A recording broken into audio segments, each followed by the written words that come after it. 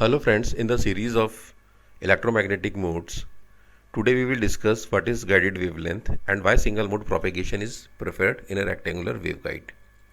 So the guided wavelength is the wavelength along the waveguide, and this wavelength is guided the electromagnetic modes to propagate inside the waveguide.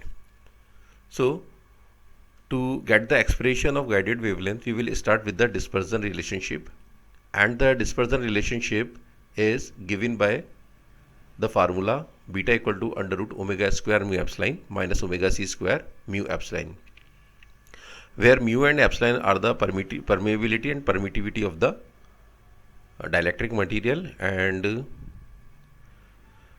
now we will get the omega square mu epsilon outside this square root term, and we will find the expression beta equal to omega under root mu epsilon, and this term will be multiplied by under root 1 minus omega c square upon omega square.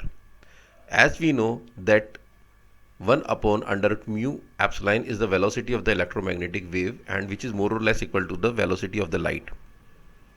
So we will replace this term by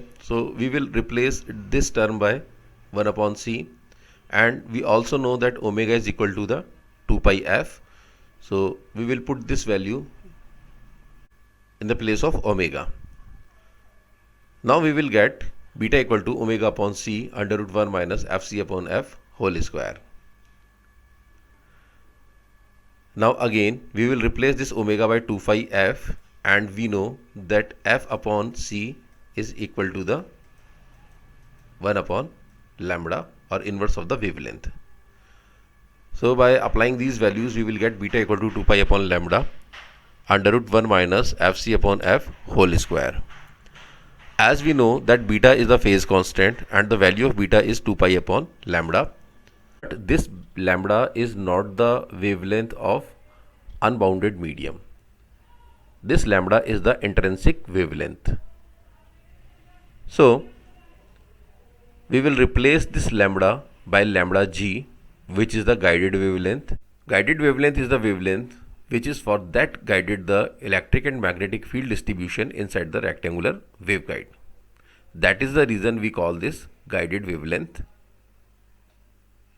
And guided wavelength is defined as the distance between two equal phase planes along the waveguide, and that is equal to the beta equal to 2 pi upon lambda g.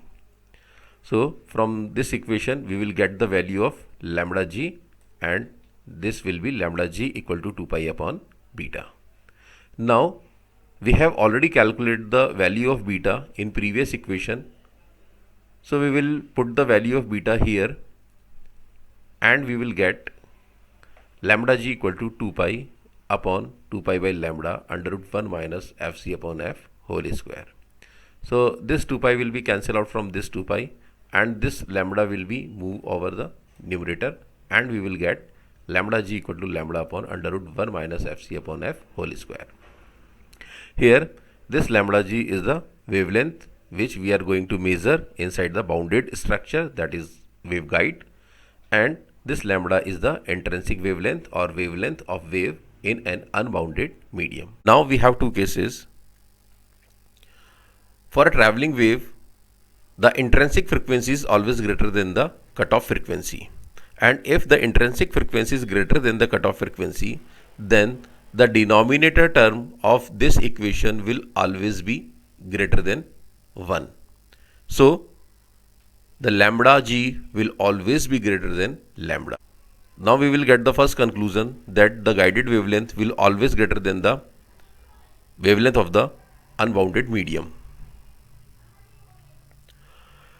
And if the cutoff frequency reaches to the intrinsic frequency, then lambda g becomes infinity, because the denominator value of this equation will tends to 1, and this 1 minus 1 will be equal to 0, and lambda upon 0 will be infinity. So the lambda g reaches to the infinity. But it is not possible that the guided wavelength reaches to the infinite, because when we multiply the guided wavelength by f, then we will get the velocity term, and velocity cannot be infinite in a waveguide. Now in the case 2, if f tends to infinity, so in this equation if this f tends to infinity, then this term becomes 0 and we will get lambda g equal to lambda. So that is the only condition for getting lambda g equal to lambda. But again it is never become this lambda g never become equal to the lambda, because frequency will always be a finite quantity. It cannot be infinite, so that fc upon f will always be less than 1. Now we come to the next question, that is why single mode propagation is preferred through a rectangular waveguide. As we know that beta is equal to the under root omega square mu epsilon minus m pi upon a whole square minus n pi upon b whole square. Here m and n are the number of modes, a and b are the dimension of waveguide, where a is the higher dimension, and mu and epsilon are the permeability and permittivity of the dielectric material. So we know that by this equation this phase constant is a function of m and n, and since the phase constant is a function of m and n, then the velocity of this mode will also be the function of m and n. And when the value of m and n are different, then we will get the different velocities along the waveguide. In a multi-mode waveguide, there are different value of mn, and there are because of different value of mn there are different modes, and because of different modes there are the different mode having the different velocities. So if a large number of modes can be supported by a waveguide, the phase relationship between different modes is broken, and at the other end of the waveguide some mode will arrive earlier and some mode will arrive later, so that dispersion phenomena will occur. And when the dispersion occurs, then we will lose the information. So when a multi-mode propagation occur in a waveguide, that time energy divided into the various modes, and energy is carrying by these different modes, and these different modes occur in different time steps at the end of the waveguide. So we will get the pulse broadening or dispersion phenomena, and the information is lost.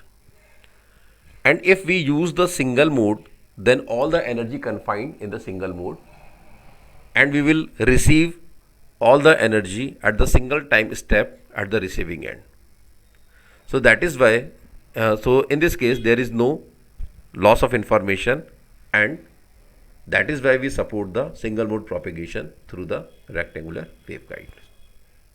Now here you can see that waveguide is interfaced with the coaxial cable, and this is the inner conductor of the coaxial cable, and this is the boundary of waveguide.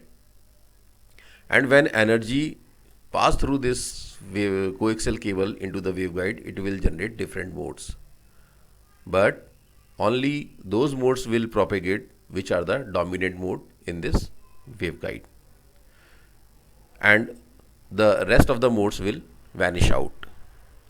So in this lecture we have seen that what is the guided wavelength, what is the expression of guided wavelength, and why we should go for the single mode propagation through a waveguide.